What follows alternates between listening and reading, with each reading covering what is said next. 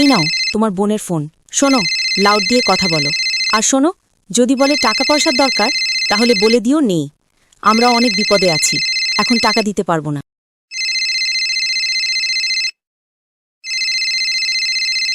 কি ব্যাপার, call receive করছো না কেন? ছোটই তো কল দিয়েছে, রিসিভ করো।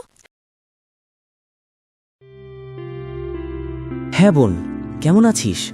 বাচ্চারা ভালো আছে তো? হ্যাঁ ভাই, তোরা সহ মা কেমন আছে? হ্যাঁ বোন, ভালো আছি।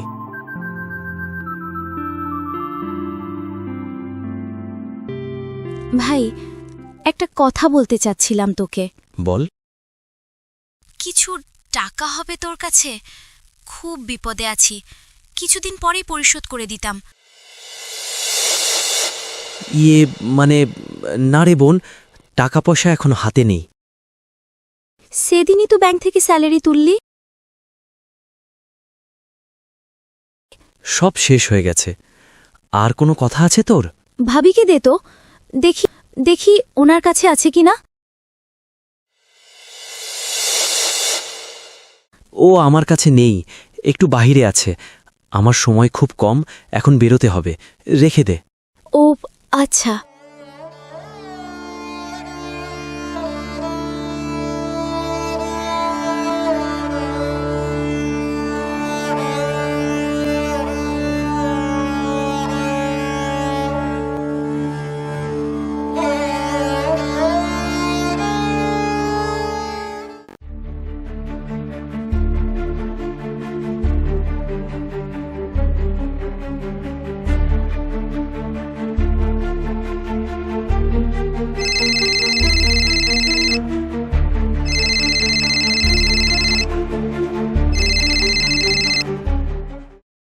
বোন।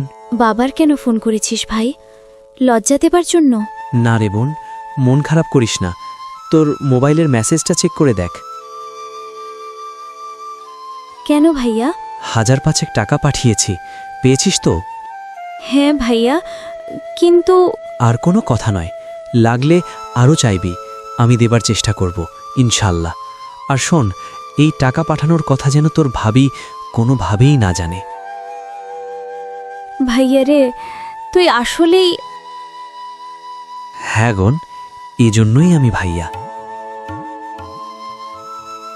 মায়ের প্রতি যত্ন রাখিস। তার বলতে হয় না পাগলি, ভালো থাকিস।